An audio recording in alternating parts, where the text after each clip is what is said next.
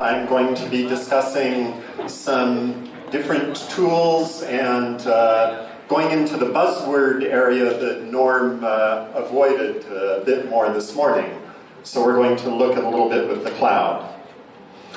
The agenda we have, an introduction, and I apologize for taking Norm by surprise, showing the Windows subsystem for Linux. Then we're going to look a little bit at Docker and Jupyter. I'm trying to pick some of the buzzwords that people keep saying, but can you do this? And so it's kind of, yes, I think we can.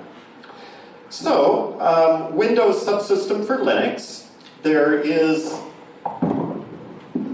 a site that in Microsoft now supports Linux. And so I'm going to bring up a little demo of that. And so here we have GemStone as 64-bit on Microsoft Windows.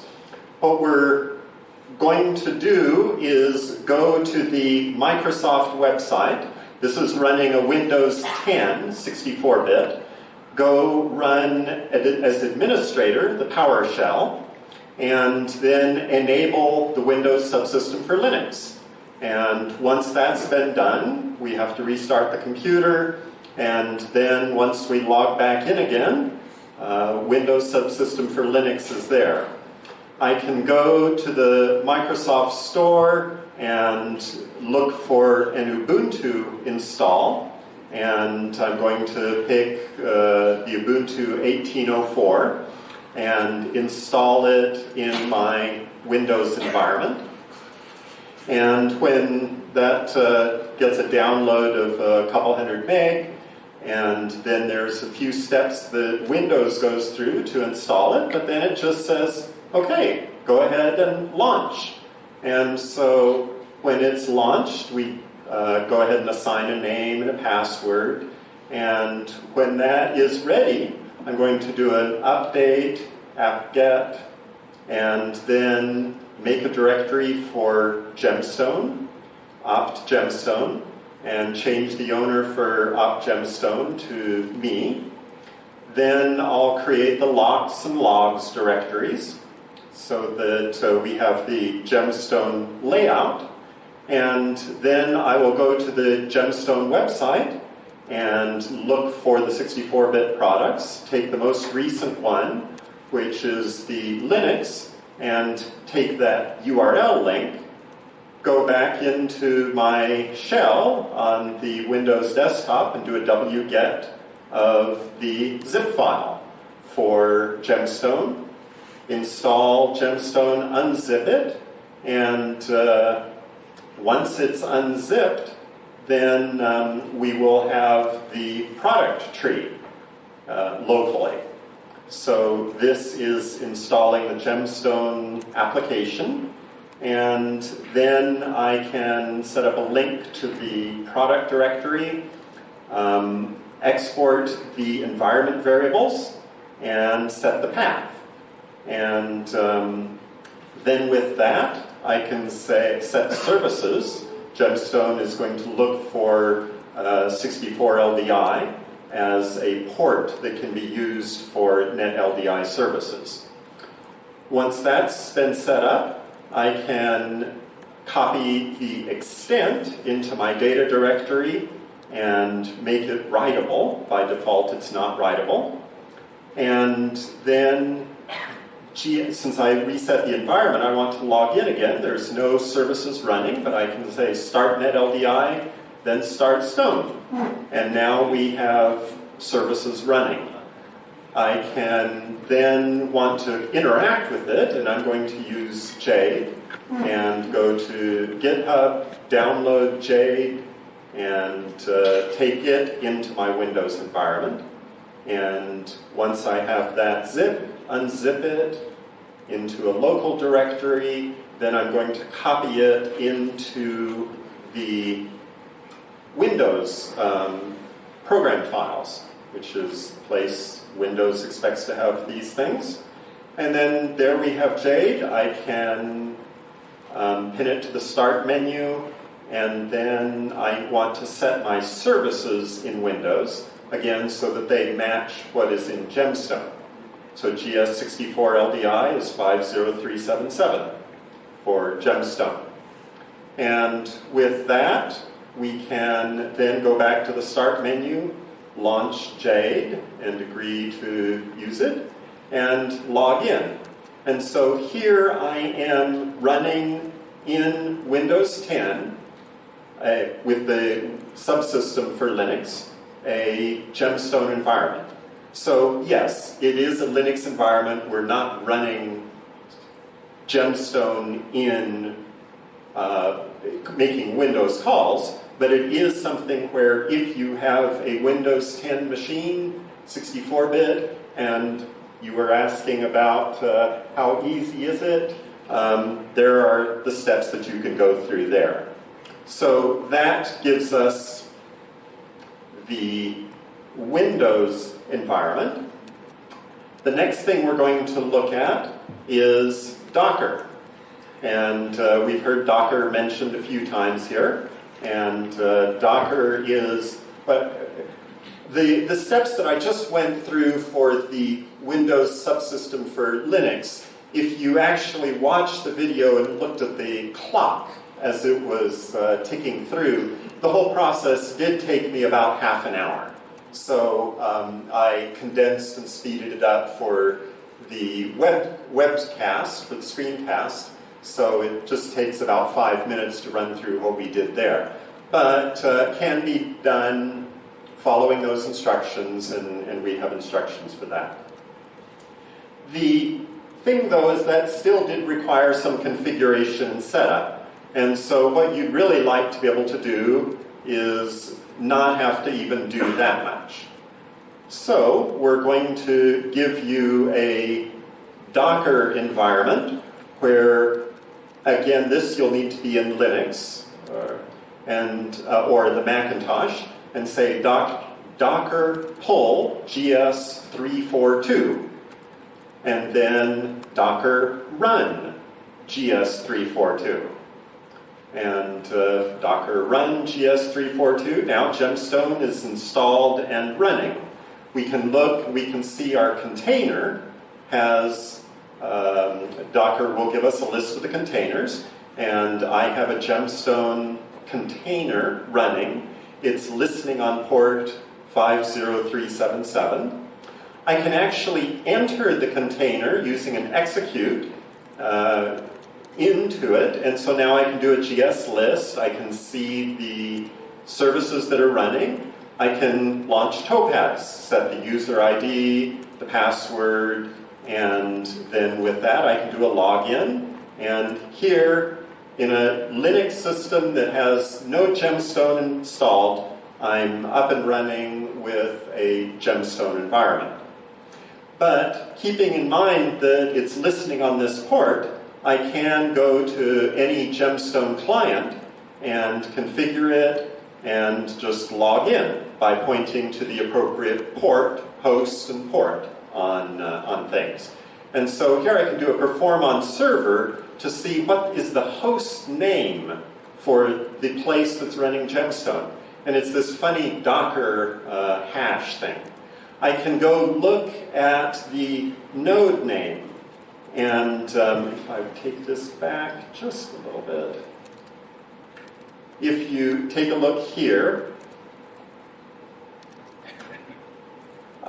after this, you should be able to see down about third from the bottom is the node name. And it again has the 43ABF. So this is not a very friendly host name, but this is the Docker default. We can, of course, configure it to something else. I'm running session 5 in my client, and I can see that there's sessions, and there's various information about the running processes that are currently active. So I can go to a workspace, I can perform other things. 100 factorial is a favorite Smalltalk demo for these sort of things. I can browse code. And so here again, we've got a code browser that just is a more, as Norm said, it's not the full refactoring browser, but a fairly traditional one that you recognize. We have debuggers, inspectors, and so on. So again, we're interacting with a Docker container that is running GemStone. So we didn't have to do any setup and configuration, just a Docker pull and a Docker run. And then we can stop it when we're done. And it will go away, clean up the space. So that is looking at a Docker environment. James, yes? Question. Yes? If I commit something, this will end up in do-level. Okay, this is so far more of a proof of concept than a recommended deployment for production. In fact, the blog post that I have that discusses this cites a blog post that I found that says, "Thou shalt not run a database in Docker."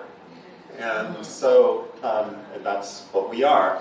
Now, it turns out that one of the features of Docker is that it's completely self-contained. That also is a little bit of a disadvantage when you want to do things like do backups and copy. You have to mount somebody. So Docker provides the capability of mounting, and so if you configured your environment so that you were actually not running the data, you have the binary executables in the container, but you have the database and tran logs outside. So yes, that's more and more. Now, at some point, you're getting to enough configuration where you should just bite the bullet and do your own install and configuration. Yes, so but you can scale it maybe easily. Oh, yes. Give me more. Yes. So most of this is just, 3 weeks ago I knew nothing about Docker. Now I'm giving a talk about it at an international conference. Dreams do come true.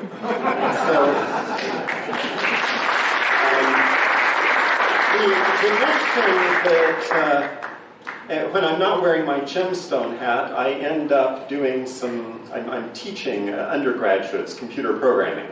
And the School of Engineering that we're affiliated with insists that we teach students C++ as the first programming language.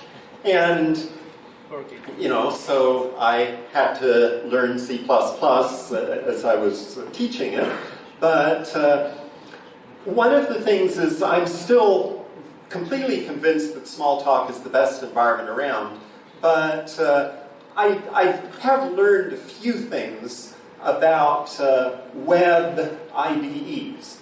And so I didn't choose it, but the school is using, or was last year, using something called Cloud9, which has recently been purchased by Amazon. And so that's starting to make people nervous about how much it will cost. But here we have a web browser where I'm connected, and I can come up here and say, hello, ESUG, and I can say Command S for save, and then I can say run, and it says hello, ESUG. So here I can take students who, I don't have to go through installing an IDE, they don't have to have anything other than a web browser and an account that I give them, and they can just get on the web. So other things that people have come to me and said is, have you seen Python, this thing called Jupyter? And so it's kind of, no, I guess I haven't, so tell me about Jupyter. So, it's the coolest thing. It's just something that, and so it's kind of, okay, fine. So it's kind of, well, I'm sure we can do that in GemStone or in Smalltalk. So we have Docker pull Jupyter, GS Jupyter, And with GS Jupyter, I can do a Docker pull. And then once we've downloaded it, I can go and I can say Docker run GS Jupyter and open up various ports. 8888 is the one they want open. And so now GemStone is starting. You can see that GemStone is running. And then there at the bottom, it says, copy this thing into your browser. So I'm going to copy the :888 and this enormous token. I'm going to open a web page and say localhost, and then paste 8888. And here we're running Jupyter in a Docker container, which anyone could do that, but here's Topaz. So for those of you that have used GemStone, it's the command line. So I can say status, I can look at the status. I can say send system session, and it says, oh, you're running session 5. Well, how about execute 3 + 4, and times 2? Oh, well, that's 14. Run 100 factorial. Well, that's something else. So here I have a web browser running Topaz through this thing that people seem enamored with, called Jupyter. So I can then shut it down and quit that. So once I can check and see, are there any containers listed? There's no containers running. So everything's cleaned up nicely. So that is our little Jupyter demo. Finally, we're going to take our last few minutes and do a little bit of a hands-on. So those of you who have your computers out and are connected to the internet, follow along. Actually, we're here, I've already got the hosted environment set up. And so here I have an environment. If you look up at the top, at the title bar, there is something called smalltalk.cs.wallawalla.edu. And classes haven't started, so I was able to get my hands on one of the high-end servers there and set up a Linux environment. The only thing I've installed in this machine is 4 Docker images. You can see I have, starting from the bottom, HA proxy. HA proxy is going to be my front end that takes connections from the web. HTTPD, this is the Apache web server. Then certbot is something that I use to get a free SSL certificate that is assigned to my domain. And it's set up for automatic configuration and so on. So I encourage you to look. I knew nothing about that until I asked someone at the school, do we have a SSL certificate for this? Oh, no, you can get one easily. And then the top thing there of the images is something called Jasper, GS Jasper 342. So I'm going to go, I think, and, I guess I started over here. We're going to then say Docker containers. Okay, so give me a list of the containers that are running. Well, there's a lot of them. How many of them are there? So if I do a line count, there's 103 lines, and there's a title bar, so actually,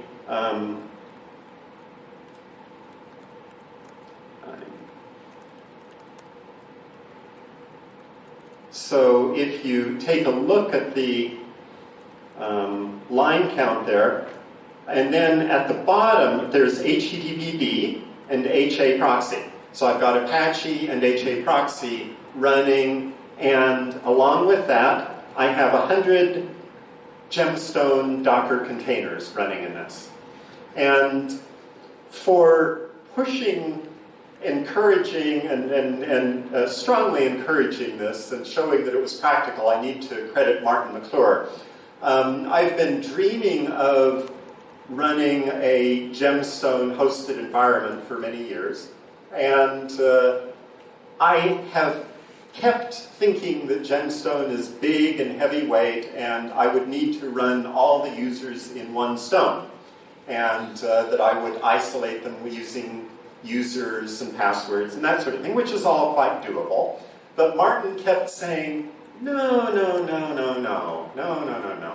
And so he got an environment set up, and if I recall correctly, you had 1,000 stones running? On my desktop machine at work, I ran 1,000 stones simultaneously. On a desktop machine at work. Now, of course, there was a certain amount of swapping if they needed to come in and out. So yeah, it took to log into a random stone, it took 3 seconds.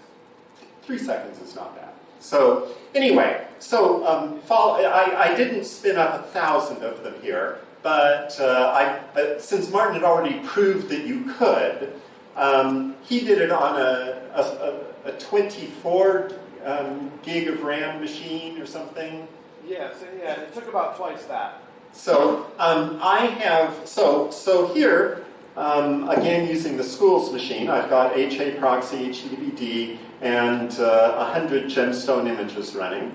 And you can see top going here. We've got lots of shared page cache monitors. I've got 65 gig of memory free, and I'm using 15 gig of memory, of RAM. So type smalltalk.cs.wallawalla.edu into your browser, and it will come up with something called Jasper. And I'm running, this particular instance is connected to host name Jasper 100. And if you go to the stone, look at the version configuration information, you can see Jasper 100 is the stone that this gem is connected to. I've got my usual 3 plus the Topaz that's running the web server. There's something called stats that doesn't really do anything real, but just shows some simulated data. Now, one thing here, I'm giving you an opportunity to sign in. We're going to go to a login page, but before we do that, yes? Can you use the URL? Yes. Failure.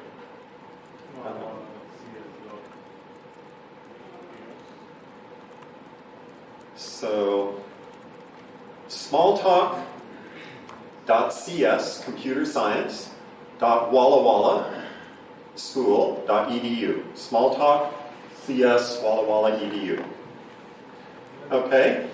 Now, if this were a real production thing, and again, this is just all, I wanted to see if I could do it, I'm doing. You would want to give everybody a unique password, and I've set up unique passwords. I'm showing the password on the home screen, which is obviously not very secure, but I'm using cookies at the back end over SSL. So I really don't even need to ask for a password at all. I could just put you straight into the system. But I'm doing this, so if you were doing this in a production environment, you might have someone send you an email, then you would email them a link to, here's your dedicated system with your user. So I'm going to pick up my user password. I'm going to go to the login and say Data Curator, and then paste the password that I got from the front page. And Password Manager wants to save it. Now I have a few more items at the top, including my own gem. And so I can see that my gem is running on, again, Jasper 100. And I can see the Linux machine and some other information about things. I can go to a workspace, and again, on a new line, type 2+3, display it, and get 5 after a round trip to the server. Then I have a rudimentary browser where I can go look at code, categories, my HTTP server, and look at the request handling, handle request on, and see the source code for that. And again, I'm using actually something called ACE, which is a browser-based code editor that has syntax highlighting, and I've set up syntax highlighting for Smalltalk. So you see some different colors for different things there. And so we're browsing the code. When I'm done, I can sign out, or I can look at classes and instances. When I'm done, I can sign out. Now recall we're on Jasper 100. If I open a new browser, say Safari, so that I'm not sharing any cookies, and then go to that website, it will log in. It actually, at the bottom, you see it has an error. So it has an undefined MS. So we had some sort of error when we tried to launch it. So I'm just going to hit refresh, and this time it comes up good. And if you look at the host name, you notice that I'm on Jasper 100. So, and with a different password. And if you look at the Stone configuration or current setup, we're on Jasper 101. We've got our own set of gems, but again, the garbage collection, Simple Gem, and our Topaz. We can then go back to Jasper, pick up the password, and go back to our sign-in, enter data curator, paste the password that we have, and Safari wants to save it, everybody wants to save my password. And so now I'm on another environment, and now there's another gem logged into the database. So we're here and running. So that is that environment. And you can see that it's running a different host. So we have completely isolated, not just separate databases, but separate containers. So you can muck with your environment. You can try to mess up your home directory. And the worst that will happen is you'll mess up your environment. But if I come back, I'm still at the same database. So that gives me that environment. And finally, I had a screencast, I think of, well, in any case, I can take the port number that was given on the home page, and so again, if I bring up and look at my home page, there's a port number. So GS64LDI, I can go to Jadeite or Jade and put in that port number, and I can log in from the client. So here, I have a client running on my Windows system, on my laptop, and it is talking to a hosted server that is in the United States, on the west coast of the United States, in a small town called Walla Walla. And it is running things there. So that, you're connected to that. Again, there's definitely latency, and if one were trying to do this in any sort of realistic way, you would want to serve things locally and so on. But that's my time. Any questions? Well, I guess the screen died. But, yes? Is this running permanently, or did you set it up just for the presentation? I set it up just for the presentation. So this is just a private hacking sort of project. But it's a proof of concept. It has no, it did not appear in Norm's roadmap. However, I'm sure that he would be happy to hear from people who would say that they are willing to pay for this. Well, could you, for example, monetize this by setting up cloud instances that people could subscribe Yes, to? yes. And just, spin an instance. Yep. This is now. How much you want to. Yes. So this is the proof of concept running on a machine I have access to, and I have got the proxy, the reverse proxy, and I've gotten a bit of it set up. The whole business of putting in your credit card and spinning up a new machine and giving you your own URL and port and so on, That may be next ESUG's demo, but not today. Other questions? You know, I'm between you and lunch, so thank you for your attention. And,